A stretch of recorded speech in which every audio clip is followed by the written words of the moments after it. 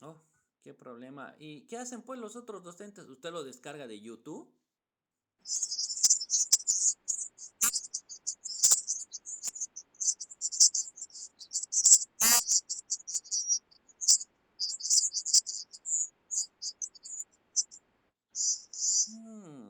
Ya, ya.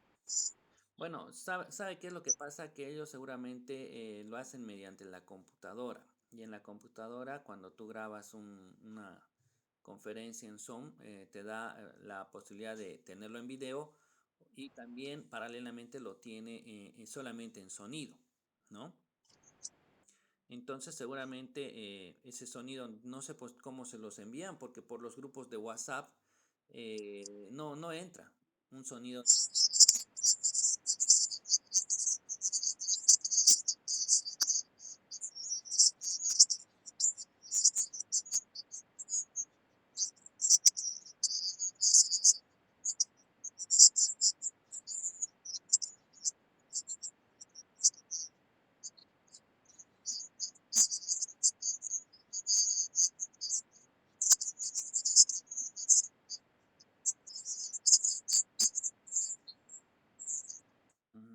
Sí, recuerdo que tenía que mandar un video, ¿no? De cómo se utiliza el... ¿Qué le digo? Necesitamos ayuda de jóvenes. No sé si tiene por ahí algo o algo que le pueda ayudar con el manejo de esto.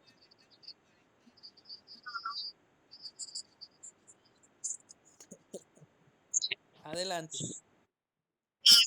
Disculpe que me meta, pero puede la compañera descargarse la aplicación Mate y ahí descarga cualquier video que esté en YouTube. Así que, o sea, tiene que descargarse esa aplicación y ya de ahí puede descargar.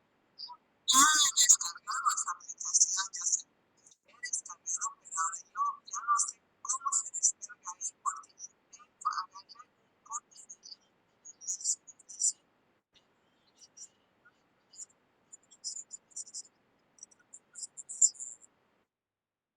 Adelante.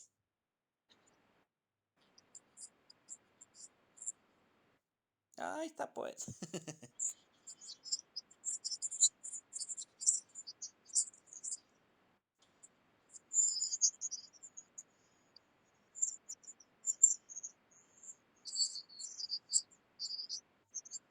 Si quiere en la pantalla o si quiere solamente el sonido, lo puede usted usar.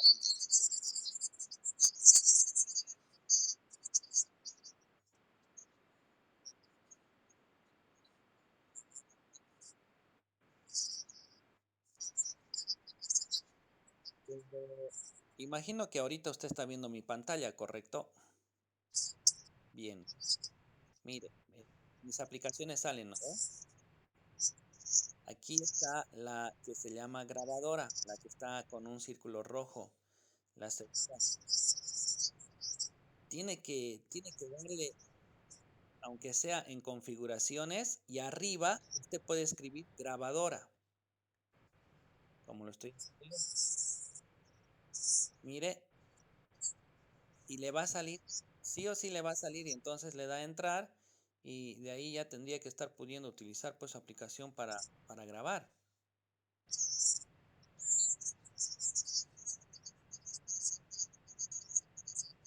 No es que,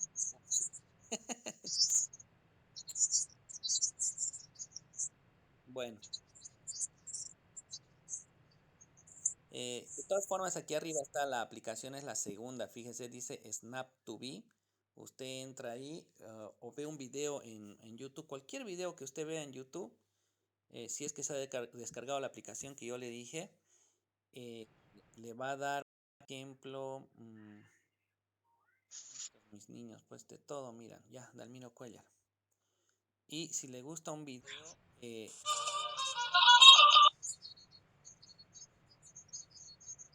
abajo le va a salir la opción de compartir. Si busca su aplicación, la descarga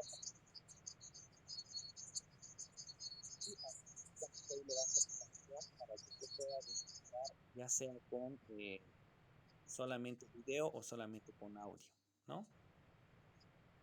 Pero a ver, voy a ver si le puedo subir alguna aplicación, una grabación y se la mando a usted, ¿ya?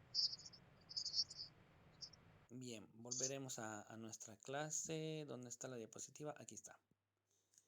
Ya, ven todos la diapositiva, ¿no? Ya. Ok. Les decía, si el antiguo Código de Procedimiento Civil tenía un error en la denominación de esa mal llamada tercería, porque debería ser nomás intervención de tercero coadyuvante, aparece el nuevo Código Procesal Civil y lo friega todo peor. Porque si ustedes leen arribita del artículo 50 en el nuevo Código Procesal Civil dice, hay un título, capítulo que dice ahí, intervención de terceros, dice, así de claro, intervención de terceros.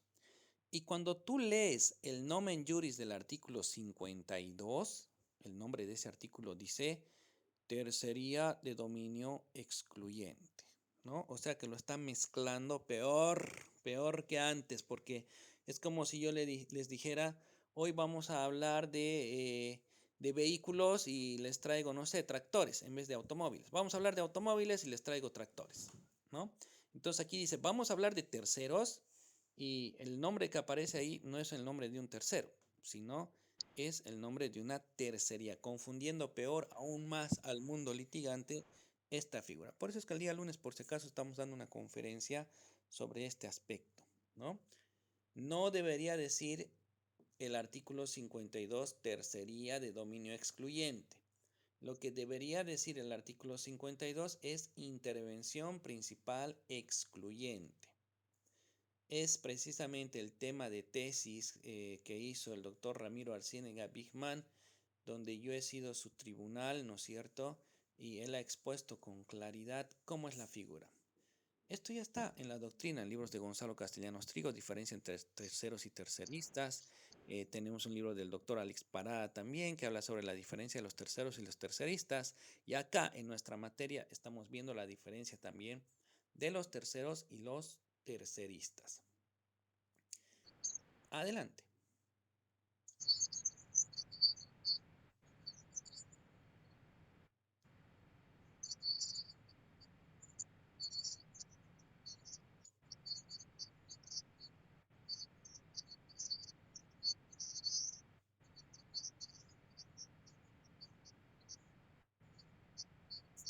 Sí, imagínense, ni los jueces saben esta figura bien, imagínense.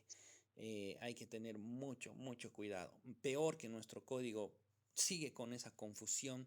Yo no sé qué pasó en el anteproyecto, estaba bienísimo, estaba este aspecto separado y los libros son claros y categóricos. No sé qué pasó con José César Villarroel, que es el Messineo boliviano, le dicen, ¿no? Semejantemente brillante que es el hombre, pero se le fue, no sé. Parece que delegaron a alguien más. A ver, vos encárgate de esto y ese que hizo esto está todo un despelote. Bien, vamos a ver otra clase de terceros. Esto de aquí abajo, ¿qué dice? Me cuesta explicar algunas cosas porque ustedes no están en ejercicio, pero no es culpa de ustedes, por favor. Pero si pueden ir trabajando en esto que están estudiando, pues les va a ser más fácil entender algunas cosas. Procederá en primera instancia antes de la sentencia. Si ya hay una sentencia, es tarde para que el tercero pueda intervenir. Únicamente en los procesos ordinarios. No puede darse esto en un proceso extraordinario ni tampoco en un proceso de estructura monitoria, pudiendo producir todas las pruebas que viere convenientes si entró antes de la audiencia preliminar. Y si fue con posterioridad de la audiencia preliminar, se tramitará todo como de puro derecho. Ahí tenemos que explicar bastante. El proceso ordinario, que es el rey de los procesos, denominado así por Gonzalo Castellanos Trigo, es el proceso más amplio, más largo, más ritualista y garantista que establece el Código de Procedimiento Civil, bueno, el nuevo Código Procesal Civil. Es el único proceso, por ejemplo, que va a llegar a la ciudad de Sucre porque es el único que contempla el recurso de casación, ¿no? Este proceso ordinario está compuesto por tres audiencias, dos audiencias principales y una accesoria.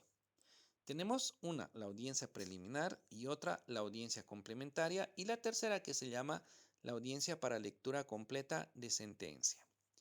Estas las van a encontrar, bueno, la última no sé en qué artículo está, pero las primeras dos están en el 366 y el 368 del Código Procesal Civil. Bueno, se supone que en la audiencia preliminar, el juez va a establecer qué medios probatorios se van a producir. De acuerdo a cómo está el nuevo Código Procesal Civil, las partes tienen que ofrecer prueba con el memorial de demanda y con el memorial de contestación, ¿no? Por regla general.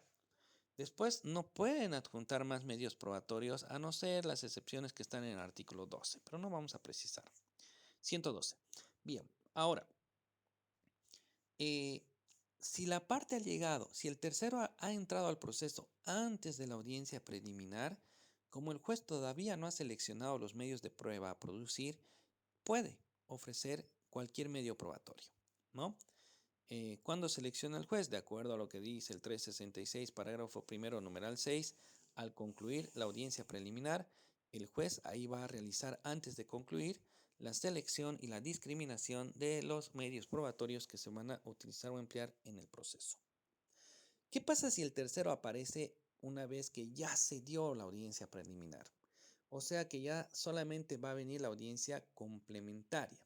En la audiencia complementaria, el juez ya tiene la obligación de dictar una sentencia, pero no una sentencia completa, con fundamento, con silogismo, con todo. No, es una sentencia solamente en su parte resolutiva, o sea, el por tanto.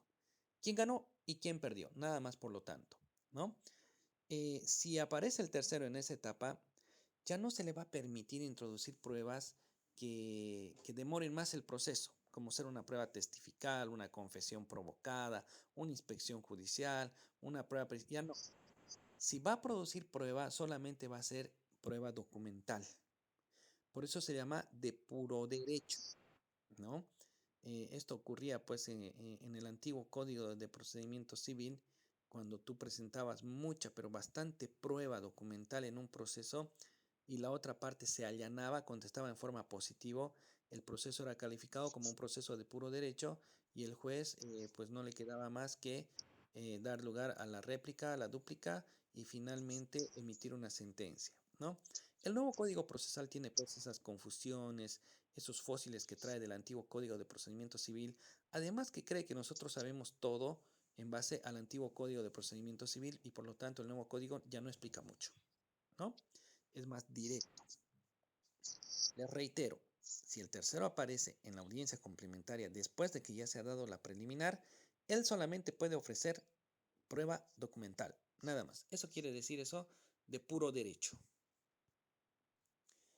Seguimos con otra clase de las intervenciones voluntarias. Intervención adhesiva autónoma litisconsorcial. Es la segunda categoría de terceros. Esta está establecida en el artículo 55 del Código Procesal Civil como una mal llamada tercería coadyuvante litisconsorcial. Se trata de un tercero que habría gozado de legitimación para ser demandado o demandante a título original o adhiriéndose a una de las partes litigantes. Ejemplo, la intervención de un acreedor solidario o el demandar también a un deudor solidario. No sé pues ya ustedes qué son pensum nuevo o son pensum antiguo. Ah, ya. Entonces tenemos aquí el gran problema de que ustedes todavía no han llevado Derecho Civil 3, obligaciones.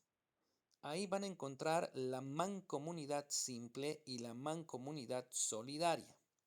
¿Qué es una mancomunidad? Vamos por partes. Ustedes son una mancomunidad. Ustedes, que son todos estudiantes universitarios, pues son una mancomunidad de estudiantes universitarios, ¿no?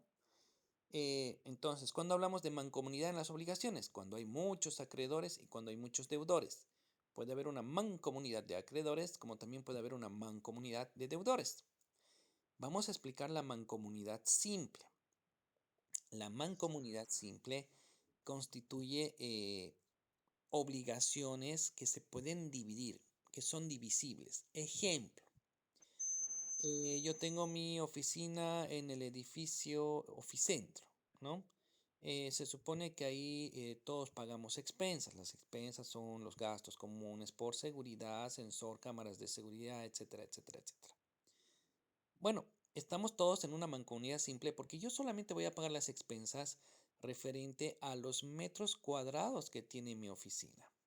Mi oficina tiene unos 20 metros cuadrados de superficie, entonces con un cálculo matemático yo pago mis expensas de forma mensual y listo. No tengo que pagar las de todos, solamente la mía. Por eso es una mancomunidad simple porque la obligación es divisible. Cuando hablamos de una mancomunidad solidaria, por ejemplo, los créditos de Promujer, ¿no? Agarra a Promujer y presta dinero o yo les presto dinero a ustedes. Son 20 estudiantes, por decir algo, y les doy un monto total de $10,000. Ya de forma individual, pues uno de ustedes recibió $500, otro 750, otro 1,000, otro $2,000. Se reparten entre ustedes, pero están bajo la figura de la mancomunidad solidaria. ¿Qué quiere decir eso? Eso quiere decir que yo puedo, en caso de incumplimiento, de que no me devuelvan los $10,000, yo puedo demandar a uno solo de ustedes. A cualquiera puedo escoger. Y al que yo escoja y al que yo demande, él tiene que devolverme la totalidad por todos, ¿no? Tendrá que devolverme los $10,000. Una vez que él me devuelva, claro, pues se va a subrogar el derecho de cobrar de mí para él, porque él ya les va a ir a cobrar a ustedes de acuerdo a lo que han recibido. Entonces, este es un ejemplo de una intervención adhesiva autónoma litis consorcial. Yo pude demandar a uno solo de ustedes, o a dos, o a tres, o a cuatro. Por eso dice que aquí va a intervenir el tercero, el cual podía formar parte en el proceso producto de la obligación, ya sea también como sujeto activo o como sujeto pasivo. Porque eso de la mancomunidad simple puede ser activa o puede ser pasiva, como también la mancomunidad solidaria puede ser activa o puede ser pasiva. ¿Alguien quiere preguntar algo? Está por ahí su micrófono abierto.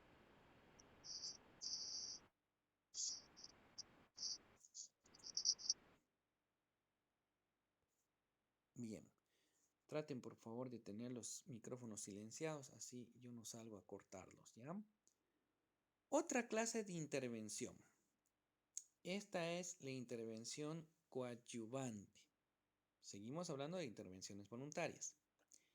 Confundida por el Código Procesal Civil en su artículo 54 como tercería. No es una tercería, nuevamente está mal empleado ese título, ¿no? A raíz de que puede ser afectada por la sentencia, sea favorablemente o desfavorablemente, interviene en el proceso para apoyar a una de las partes. No reclama un derecho propio, sino que se identifica con el de una de las partes y procede en todas las instancias menos en casación y en ejecución de sentencia. A ver, vamos a ver si podemos graficarlo. Es casi como el ejemplo anterior. Vamos a poner el marcador, la pantalla. Oh, lamentablemente se ha borrado lo que hemos hecho hace rato. Bueno, recordando lo de hace rato, ahí estaba el terreno. Aquí teníamos un propietario, ¿no es cierto? Por aquí aparece otra persona diciendo que también es propietario. Y dentro del terreno, pues había otra persona que resulta que era un poseedor. Bueno, aquí el ejemplo es distinto. Propietario del bien, tenemos ahí a Juan. Aparece una segunda persona que dice también que es propietario, que se llama Pedro, ¿no es cierto? Bueno, y este tercero que está aquí, resulta que es anticresista de Juan, ¿no? O sea que significa que le ha dado una fuerte cantidad de dinero, por decir algunos $20,000 a Juan, y Juan lo deja vivir pues ahí, ¿no es cierto?, en su inmueble. Este sería el típico ejemplo de la intervención de tercero coadyuvante que estamos hablando, ¿no? El anterior, ¿no es cierto? Teníamos aquí al sujeto activo, al sujeto pasivo, y este era el tercero que arrinconaba a los dos. No, en este caso él se va a aliar, ¿no es cierto?, con uno de ellos. Lo va a apoyar a Juan. ¿Por qué? Porque le conviene. ¿Por qué? Porque a él le dio el dinero. Imagínense que pierde el proceso. No va a tener de dónde sacarle. El bien está ahí en garantía, ¿no? Ok. Vamos a volver a compartir la pantalla.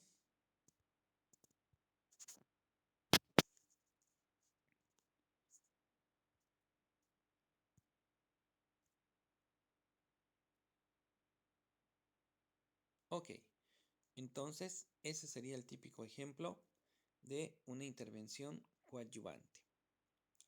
La intervención provocada consiste en el llamado que se realiza de una persona por una de las partes en base a la ley. Según Martín Garnica, citado por Parada, señala que la intervención provocada no es forzosa o necesaria. Su convocatoria se realiza al momento de plantear la demanda o contestación o por medio de una excepción. Y aquí entra el típico ejemplo del garante de evicción, ¿no? Era el típico ejemplo de la mal llamada tercería coadyuvante.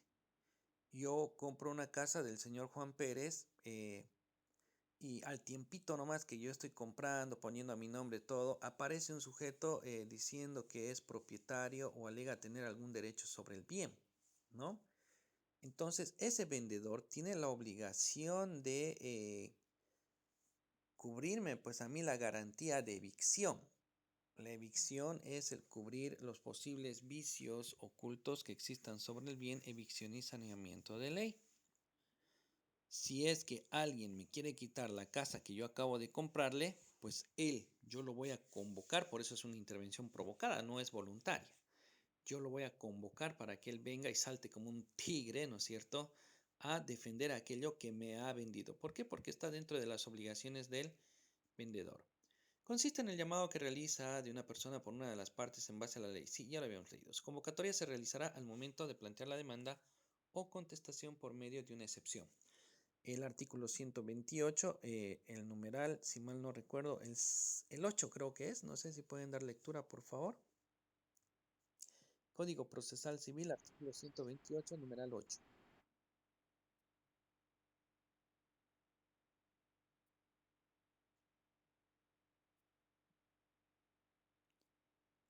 Jóvenes,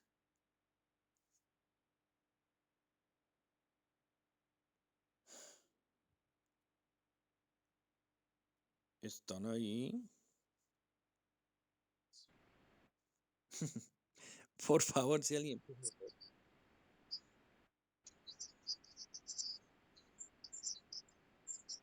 Muy bien, ese sería el caso de este tipo de intervención. Es una intervención provocada, ¿no es cierto?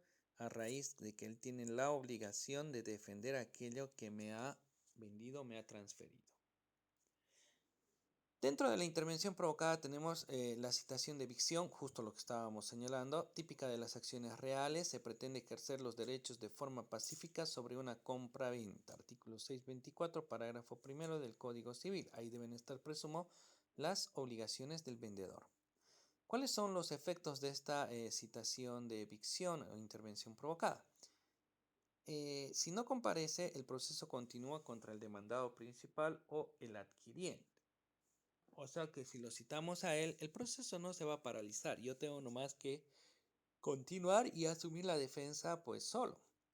Si compadece, sigue contra el garante y el poseedor. O sea que en caso de que él pueda compadecer, pues la acción va contra los dos.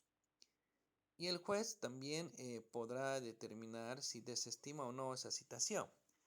Quién sabe, yo he comprado la casa hace más de 10 años y estoy queriendo citarlo a mi vendedor en saneamiento y evicción. Ahí ya por supuesto que no correspondería. Bien, hasta ahí hemos concluido con la primera etapa de nuestras diapositivas. No se preocupen, por favor, tenemos más por aquí. Es cuestión de buscar las diapositivas. Esperen un momento. Vamos a buscar en este grupo archivos del grupo, documentos. Aquí está, vamos a enviarlo a ustedes.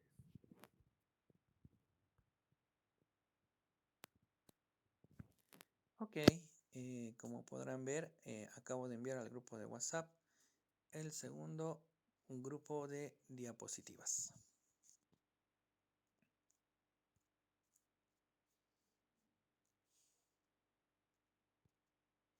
Los actos procesales. Vamos a entrar directamente a lo que es la unidad 5. En palabras de el profesor Ramiro Arciénega Bigman, estamos hablando de la actividad procesal.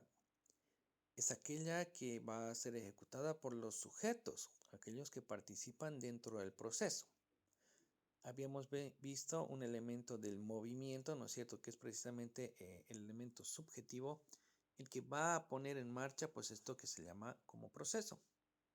Por citar ejemplos, podrán ser pues los jueces, los funcionarios, las partes, demandante, demandado, tercero, los testigos, o sea, los accesorios, el perito, ¿no? Y otros, los abogados también. Por un lado tenemos lo que son los hechos procesales y por otro lado tenemos lo que son los actos procesales.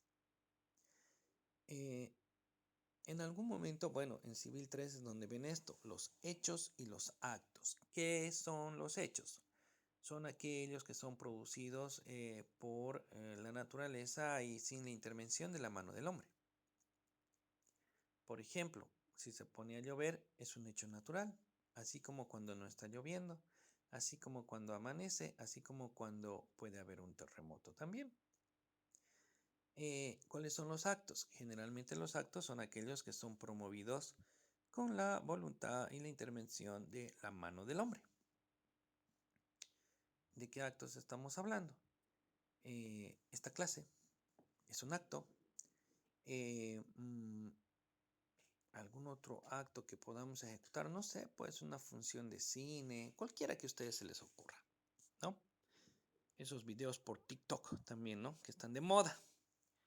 Ahora, cuando estos hechos se convierten en hechos jurídicos y cuando estos actos se convierten en actos jurídicos, eh, se van a convertir en hechos jurídicos cuando tengan consecuencias jurídicas. ¿Cuándo la lluvia podría tener una consecuencia jurídica? Pregunto.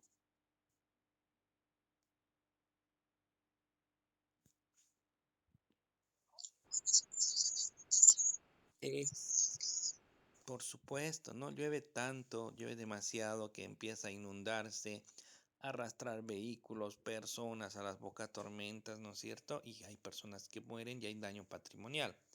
Ahí tenemos un hecho que tiene pues consecuencias jurídicas y por eso se llama un hecho jurídico.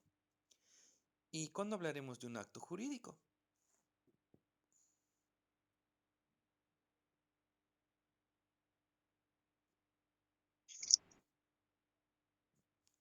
¿Algún ejemplo?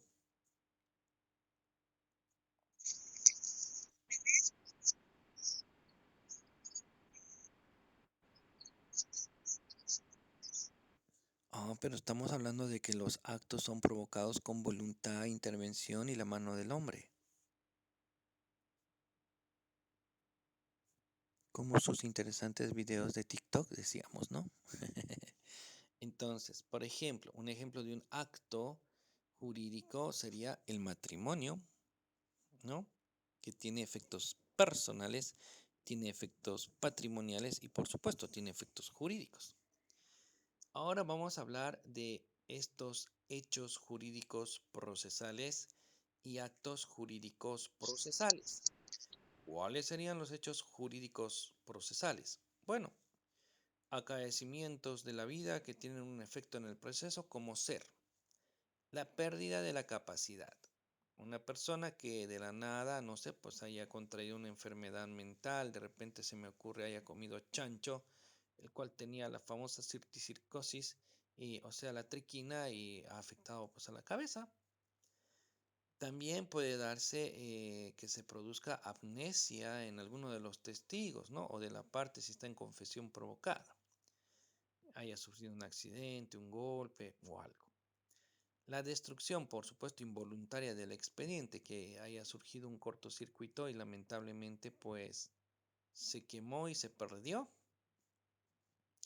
Si se dan cuenta, esos hechos jurídicos procesales son hechos que se dan en el proceso sin voluntad ni intervención o intencionalidad del hombre. ¿Cuáles son los actos jurídicos procesales? aquellos que sí son provocados por la voluntad de los humanos, es decir, en este caso los sujetos. El presentar una demanda es un acto procesal.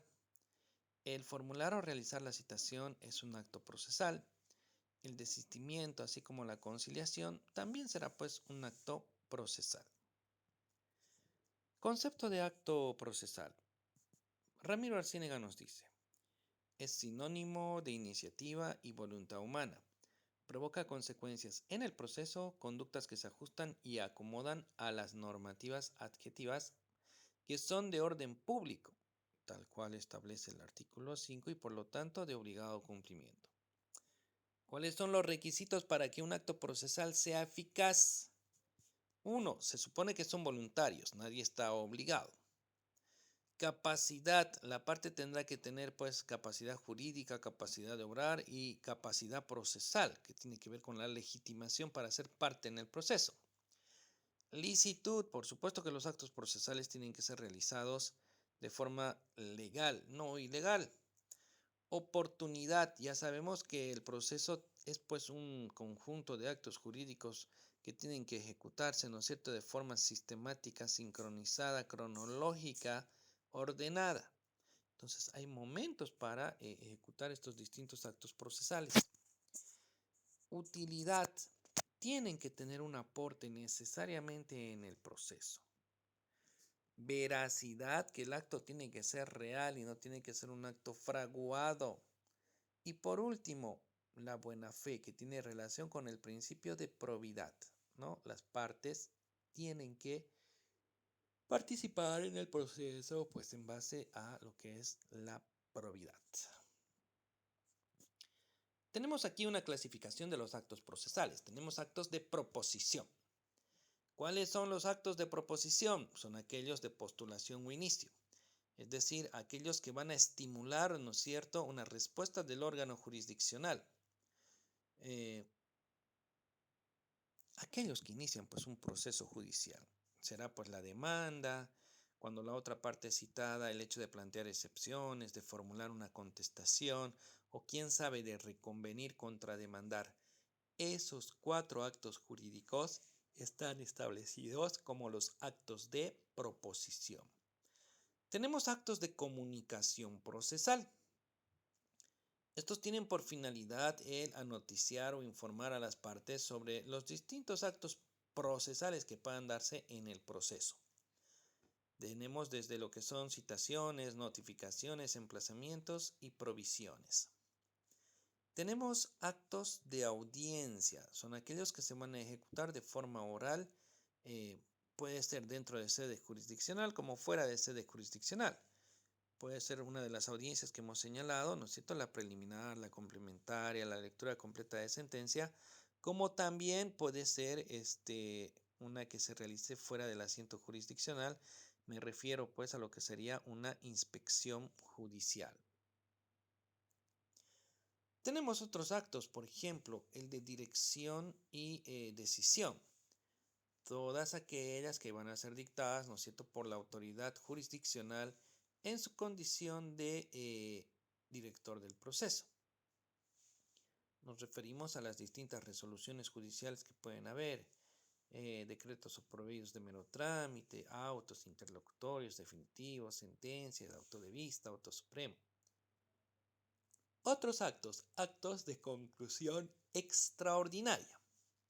Esta palabrita extraordinaria es antónima pues de ordinaria, ¿no es cierto? Lo ordinario viene de lo común, lo corriente, lo habitual, el pan de todos los días, si ustedes quieren llamarle. Entonces, lo común, lo corriente, lo normal es que los procesos judiciales terminen todos con una sentencia. Si el proceso va a terminar de forma anticipada y de otra manera que no sea con sentencia, eso no es pues ordinario, eso es extraordinario, ¿no? Entonces, ¿cuáles serían las formas extraordinarias de concluir un proceso? Esos son los actos de conclusión extraordinaria. La firma de un contrato transaccional, el abordar en audiencia un acuerdo de conciliatorio, ¿no es cierto?, conciliar, o de que una de las partes finalmente haya formulado un desistimiento, ya sea del proceso o ya sea de la pretensión. Actos de impugnación. Estos están referidos a que las resoluciones judiciales no son pues todas, ¿qué les digo? No son todas perfectas y puede darse el caso en que una de las partes considere que el juez se ha equivocado, ¿no es cierto? Y en caso de serle perjudicial y gravosa, puede hacer pues uso de los recursos o los medios de impugnación judicial. Y por último, tenemos los actos de ejecución de sentencia. Cuando nosotros hablamos de esos actos, son pues aquellos que va a ejecutar el juez para poder materializar una sentencia judicial. A ver si me ayudan, chicos, estamos quedando en esta diapositiva, ¿no? Anote alguien, por favor, ¿qué número de diapositiva es? Yo no la puedo ver aquí. No, ya me salí del todo. Pero estamos en la segunda parte. Voy a llamar lista. Oh, muy amable, le agradezco mucho. Quiero ver cómo estamos de tiempo. Estamos a poco más de 2 minutos para que se corte nuestra comunicación. Ya estoy llegando, ya estoy llegando. ¿Qué materia es esta? Esta es presencial. Okay. Aquí está la de ustedes. Les voy a pedir por favor, gentilmente, puedan habilitar sus micrófonos y contesten a la lista. ¿Ya? Hoy estamos el 16 de mayo. Miguel Ángel Aliendre. Anotado. Noemí Arispe. Anotada. Galo Burgos. Anotado. Marco Antonio Cadena. Anotado. Eduardo Víctor Chambi. Anotado. Jacqueline Cordero. Anotado. Gladys García. Anotada. Viviana Carola Guarachi.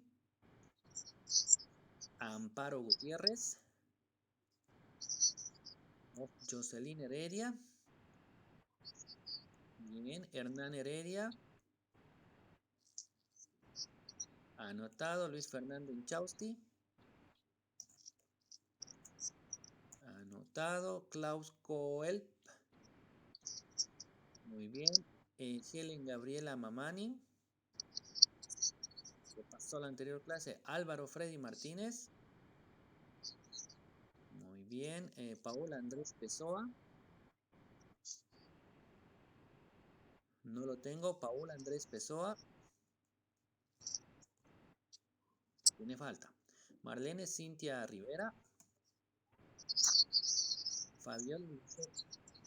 ¿Sí? ¿Seguras? Bueno, ya lo estoy anotando. Fabiola Lisset Rojas. Nicole Soleto.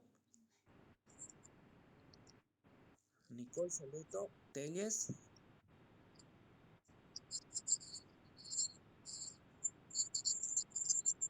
Concentrarse, por favor. Ana Caroline Soria. Anotada. María Elena Oscamaita. Está ahora Arlena Valdés. José Manuel Villarruel. Muy bien. Jessica Villarruel.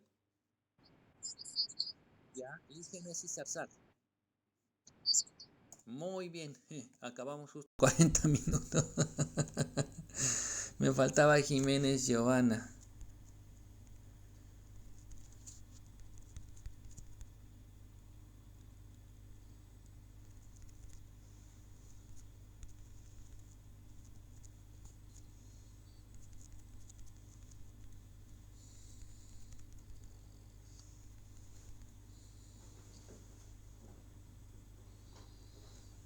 Arlena.